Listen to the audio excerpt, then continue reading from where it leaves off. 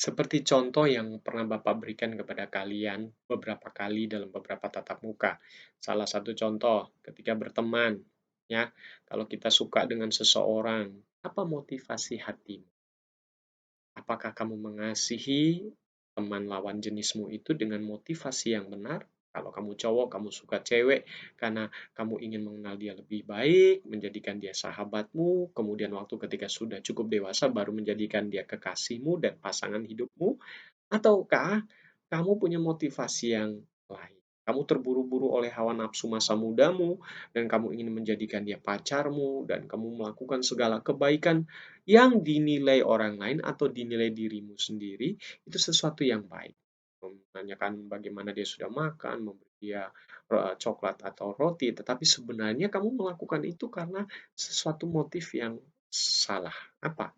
Kamu ingin bukan hanya mendapatkan hatinya, tapi mendapatkan seluruh keberadaan dirinya, ya. Sehingga ketika dia menolak kamu atau mengatakan bahwa dia belum bisa berpacaran, ya, menjadi pacar kamu karena faktor belum usia yang cukup dewasa, belum menyelesaikan studi dan sebagainya, kamu menganggap itu sebagai sebuah alasan yang dibuat-buat. Kamu menjadi kecewa dan akhirnya kamu marah, kamu tidak mau membangun relasi dengan dia lagi, tidak mau berteman dengan dia lagi, atau bahkan kamu meminta segala sesuatu yang pernah kamu berikan kepada dia. Nah, kalau ini yang terjadi, entah kamu cowok, entah kamu cewek, ya, terhadap teman lawan jenismu, maka kamu perlu lagi melihat ini motif yang benar apa enggak. Bukan hanya dalam hubungan pertemanan yang demikian, tapi juga dalam hubungan yang lain. Ya, ketika kamu mau membantu guru, ketika kamu mau menolong teman, ketika kamu mau menolong orang tua, ketika kamu mau belajar, apa motivasi hatimu? Ketika kamu melakukan belajar, kamu malas belajar itu salah. Apalah demikian juga ketika kamu melakukan belajar dengan rajin tapi dengan motivasi yang salah, itu pun salah di hadapan Tuhan. Karena itu kita harus hidup sesuai dengan standar atau ukurannya Tuhan. Rajin saja itu tidak cukup. Tapi kalau rajin itu dilakukan dengan kesadaran bahwa saya rajin belajar, hadir tepat waktu di kelas virtual, memenuhi semua tugas yang diberikan, termasuk mengisi absensi saya tanpa menunda, ya, menunda dan sebagainya. Itu saya lakukan karena saya mau hidup serupa Kristus yang bertanggung jawab, Kristus yang disiplin, Kristus yang menunjukkan hormatnya kepada para guru, para pengajarnya, bahkan di usia yang masih seperti kalian gitu ya. Nah, itu menunjukkan bahwa kamu punya motivasi yang benar. Itu yang Tuhan mau. Ya sampai kamu dewasa nanti, ya, ketika kamu berlaku bahkan mulai hari ini ya, ketika kamu berlaku eh, apapun dalam keseharianmu, dalam hubungan kamu dengan adik, dengan kakak, dengan abang, dengan adik laki-laki atau perempuanmu, ya, ah, apakah motivasi hatimu, ya? Nah, apakah kamu ketika rebutan, contohnya rebutan remote control TV, eee, ya cenderung karena motivasi saya ingin menguasai itu untuk kesenangan diri saya. Nah, apakah atau sebaliknya, kamu mungkin tidak mau, kamu ingin melakukan itu untuk menyakiti hati adik atau saudara, ya, walaupun kamu sebenarnya nggak mau nonton TV, atau karena sesuatu yang lain. Kamu tidak akan merebut televisi, kamu mau memberikan kepada adik, eee, karena mau dinilai papa, mama, kamu anak yang baik, kamu dipuji, dihormati. Kalau itu motivasi hatimu, itu juga salah di hadapan Tuhan. Jadi yang benar bagaimana, Pak? Yang benar, kembali firman Tuhan bilang, kita harus memeriksa hati kita. Kita melakukan itu karena itu hal yang benar, hal yang baik, hal yang berkenan di hadapan Allah, itu menyenangkan hati Allah, itu mendatangkan kebaikan bagi orang lain, sesuai kehendak Allah, atau sebaliknya. Nah, ya, Pak, bagaimana kalau saya melakukannya dengan motivasi yang benar dan baik bagi orang lain, tapi tidak sesuai kehendak Allah? Itu juga tidak boleh. Contohnya apa? Contohnya ketika kamu dan saya memberikan jawaban di saat ulangan, ya.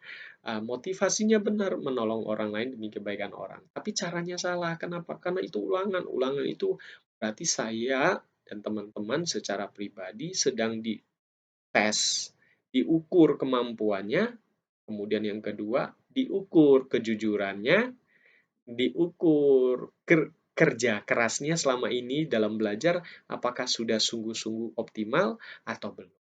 Nah, jadi itu harus murni dari hasil usaha setiap orang.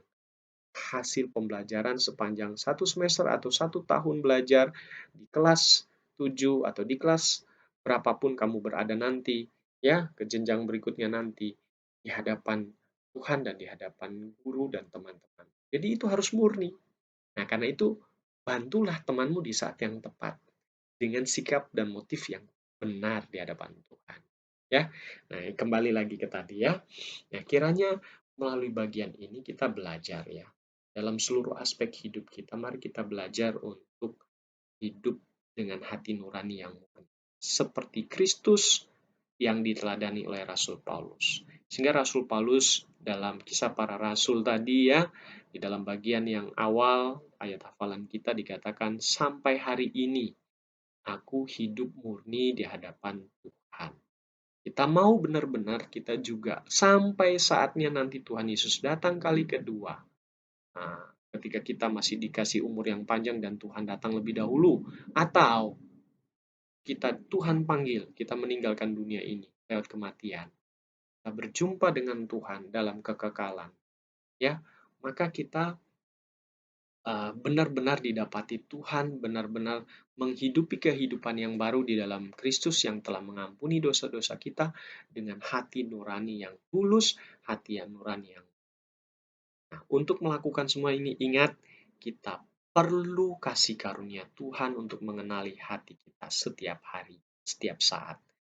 Yang kedua, kita perlu Roh Kudus memenuhi hati kita agar kita bisa menerapkan semua segala sesuatu dalam tindakan tutur kata kita dengan motivasi yang benar, hanya menyenangkan Tuhan dan menjadi berkat bagi orang lain, bukan untuk kemuliaan diri kita atau untuk kesenangan kita. Kiranya Tuhan dimuliakan. Kita berdoa. Bapak, terima kasih untuk firman Tuhan yang boleh Kau ajarkan kepada kami dalam topik terakhir dalam semester ini, mengenakan ketulusan Kristus.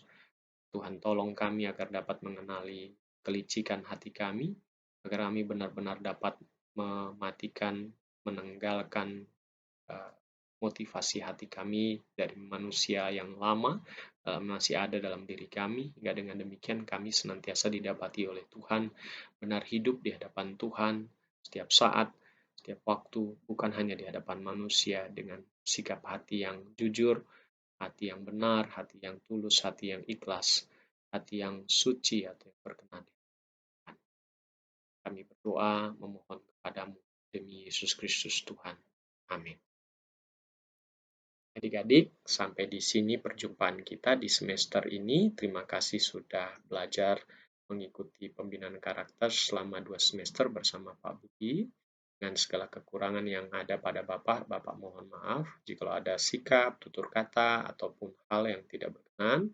Terima kasih dalam kondisi yang kurang sehat sekalipun, di mana Bapak beberapa kali bahkan hingga hari ini masih belum bisa mengajar dengan penuh di kelas karena sakit saraf Bapak terjepit yang terganggu.